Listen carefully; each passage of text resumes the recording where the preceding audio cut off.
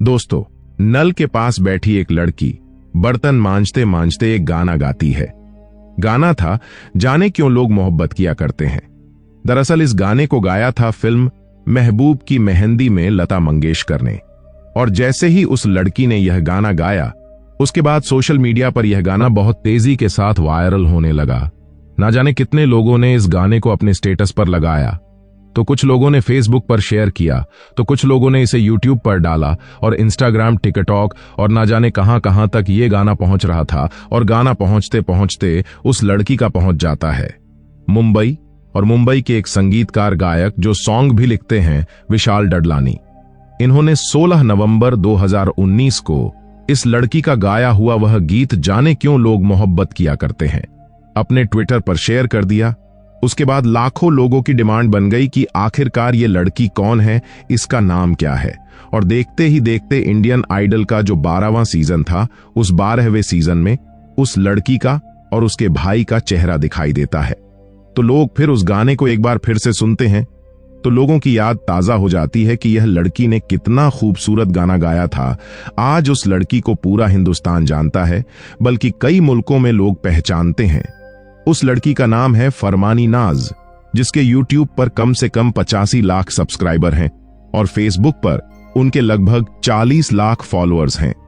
ये आज की कहानी है, उस लड़की के परिवार की कहानी है, जिसमें एक महिला को अपने ही परिवार के एक लड़के से प्यार हो जाता है।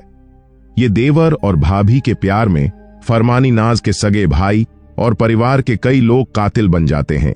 आज की कहानी वाकई हैरान करने वाली कहानी है कि रिश्तों को तार तार कर देने वाली कहानी है। यह कहानी उस लड़की की है जिसने हर हर शंभू गाना गाकर पूरे हिंदुस्तान ही नहीं, कई मुल्कों में अपनी पहचान स्थापित कर दी थी। नमस्कार दोस्तों, आज की जो सच्ची घटना मैं आपको सुनाने जा रहा हूं, यह सच्ची घटना है।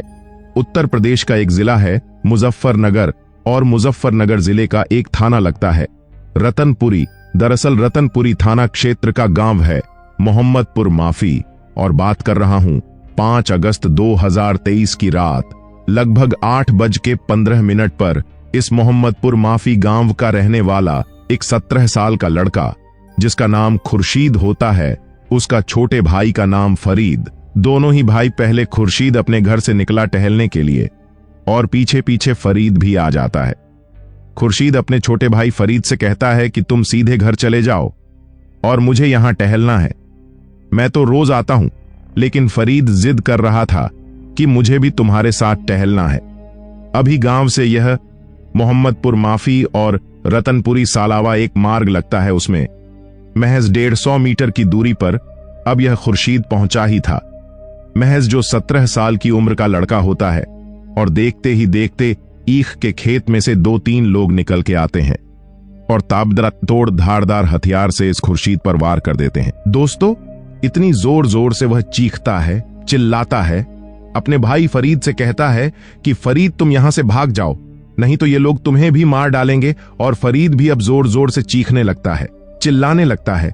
उसकी चीख और पुकार सुनने के बाद गांव के लोग जब उस ओर दौड़ते हैं जहां पर यह चीख पुकार मची थी, तो वो 3 लोग अपनी बाइक स्प्लेंडर पर बैठकर सवार हो जाते हैं, वहां से भाग जाते हैं। और उसके बाद फिर इस लड़के को, जिसकी उम्र 17 साल है, खुर्शीद नाम है, उसे हॉस्पिटल लेकर जाते हैं। और हॉस्पिटल जाते जाते वो दम तोड़ देता है, लेकिन बताता है कि ईख के खेत में से 3 लोग निकल कर आए थे, उन्होंने ही हमला बोला, और एक बाइक थी जिस बाइक से वो भागे हैं। बस इतना था। अब देखते ही देखते ये जो घटना था, ये जो हत्याकांड था, ये सोशल मीडिया पर वायरल हो जाता है। वायरल हो भी क्यों ना, क्योंकि जो लड़का मरा है, जिसका कत्ल हुआ है, उसका नाम खुर्शीद होता है और उसकी सगी ताऊ की बेटी का नाम फरमानी नाज होता है, जिसके क्या इंस्टाग्राम हो या फिर फेसबुक या यूट्यूब, हर जगह इसके लाखों करोड़ों फॉलोवर है। लोग उसके गाने सुनते हैं, उसके लिखे हुए गानों को जो सुनते हैं, देखते ही देखते पुलिस पर दबाव पड़ने लगता है। और इसके बाद न केवल उस हॉस्पिटल में, बल्कि अगले दिन थाने पर जाकर हंगामा शुरू हो जाता है कि जो भी कातिल हैं, उन कातिलों को जल्द से जल्द गिरफ्तार किया जाए। लोग जब हंगामा करते हैं, नेता भी शामिल होते हैं और यह पूरे देश में मामला फैल जाता है। हर कोई जानना चाहता था कि आखिरकार फरमानी नाज के भाई का कत्ल किसने किया है, क्या मामला है और पुलिस करे तो क्या करें। पुलिस ने इस बीच में लगभग 300 से ज्यादा लोगों से पूछताछ की, लेकिन जिस रोड पर यह कत्ल हुआ था उस रोड पर दूर दूर तक कोई सीसीटीवी कैमरे नहीं थे। फिर भी पुलिस ने कैमरों की तलाश की जो दूर दूर तक थे, जहां जहां तक इस रोड से लिंक रोड निकल रहे थे, लेकिन सीसीटीवी कैमरे में पुलिस को कोई सफलता नहीं मिलती है। यह लड़का खुर्शीद अपने पास एक मोबाइल भी रखा करता था। उसका सीडीआर निकलवाया जाता है, लेकिन सीडीआर से भी कोई सफलता हाथ नहीं आती, उससे भी कुछ सक्सेस नहीं मिलती है।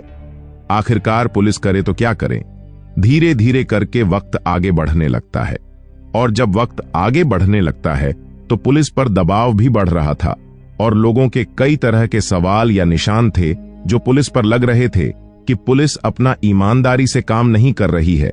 लेकिन इस जिले के जो एसपी होते हैं संजीव सुमन, साथ ही एसपी देहात अतुल श्रीवास्तव ने भी ये कसम खाई थी कि जो भी असली कातिल होंगे उन असली कातिलों को ही जेल भेजा जाएगा, भले ही चाहे थोड़ा सा वक्त लग जाए, चाहे थोड़ा सा समय क्यों ना लग जाए, लेकिन जेल जाएंगे तो असली कातिल ही जाएंगे।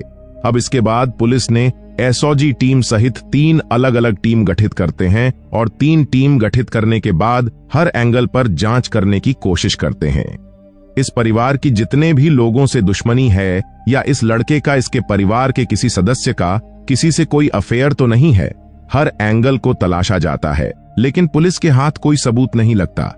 लेकिन आखिरकार कहते हैं कि जैसे भूसे के ढेर में एक सुई के जैसे मिलना, एक ऐसे ही कुछ मिलता है और पता चलता है कि एक नंबर पर एक नए नंबर से कॉल आती है, फोन आता है और फिर पुलिस उस नए नंबर की जब तलाश में जुटती है तो कत्ल होने से महज 2 दिन पहले ही वो नंबर अलॉट किया गया था, लिया गया था और 1-2 बार उससे और बातचीत हुई थी। अब पुलिस ने उस नंबर की जांच पड़ताल करनी शुरू की है। तब जाकर पता चलता है कि इस नंबर का जो इस्तेमाल है एक लड़का कर रहा है जिसका नाम है फरियाद, जिसके बाप का नाम है उजागर, जो कि पूट खास रोहटा थाना लगता है, जिला मेरठ का वो रहने वाला है। पुलिस इसे गिरफ्तार करती है, हिरासत में लेती है और उसे सख्ती से अपने तरीके से पूछताछ करती है। तो पूछताछ करने के बाद यह एक चौंकाने वाली बात बताता है दोस्तों।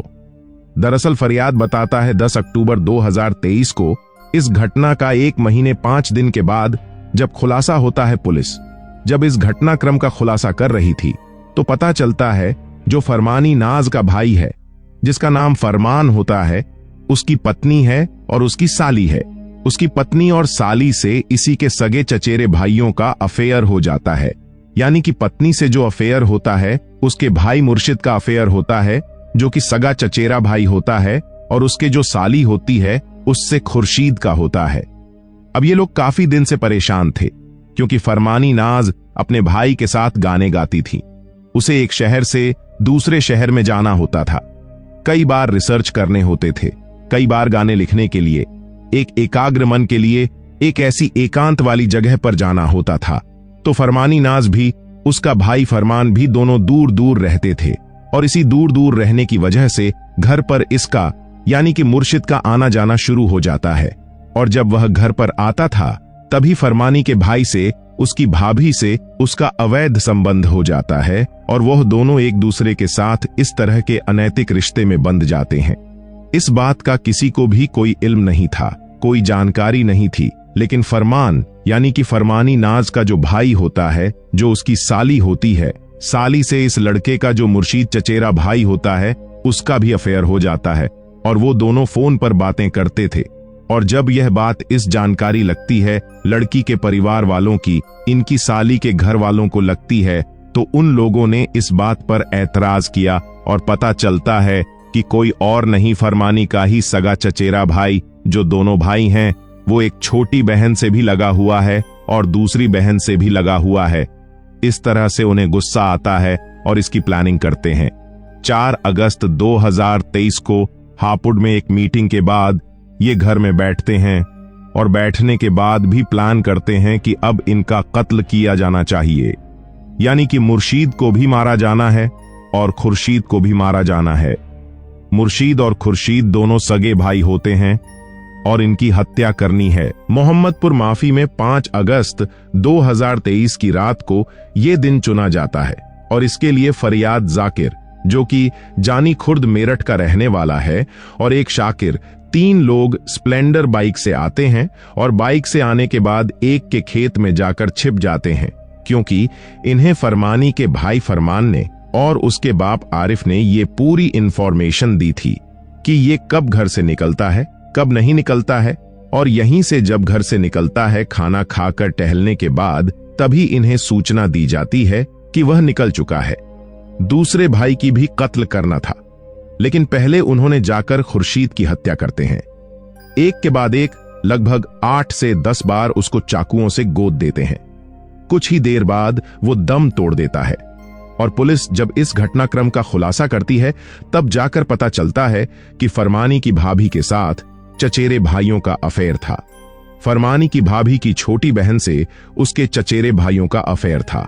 अवैध संबंध थे, और इसी को लेकर परिवार में ज्यादा यह एक तरह से इस बात से नाखुश थे, क्योंकि परिवार के जो रिश्ते तार तार हो रहे थे, यह भी बताने की कोशिश की गई थी पुलिस के द्वारा कि उस लड़के को समझाने की भी कोशिश की, लेकिन वो लड़का अपनी जिद पर अड़ा हुआ था, वो मान नहीं रहा था।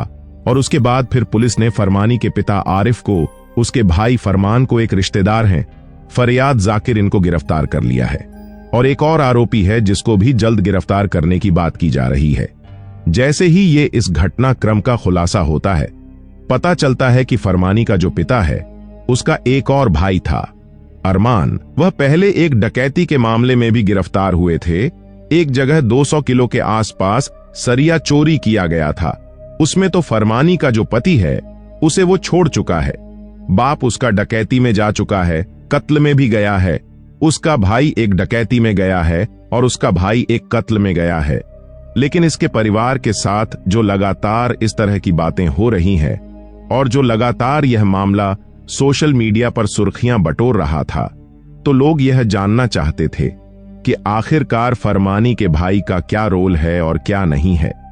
फरमानी की जिंदगी में भले ही चाहे कितनी शोहरत उसने हासिल कर ली हो, लेकिन उसके परिवार के जो गुल खिलाए हैं वो भी किसी से छिपे नहीं है। दोस्तों, इस पूरे घटनाक्रम को सुनाने का उद्देश्य किसी को परेशान करना नहीं है, किसी का दिल दुखाना नहीं है, बल्कि आपको जागरूक करना है, आपको सचेत करना है, आपको बताना है कि दोस्तों, इस कहानी में फरमानी नाज की भाभी का उसके चचेरे भाई से यदि अफेयर हो गया था तो यहां पर पुलिस का सहारा लेना चाहिए था, पुलिस से बातचीत करनी चाहिए थी, किसी का कत्ल नहीं करना चाहिए था। और शुक्र है कि यहां पर 2 कत्ल करने के लिए आए थे, लेकिन एक ही कत्ल हुआ, दूसरे की जिंदगी बच चुकी है। दोस्तों, आप सब लोग अपना ख्याल रखें, सुरक्षित रहे। जय हिंद, जय भारत।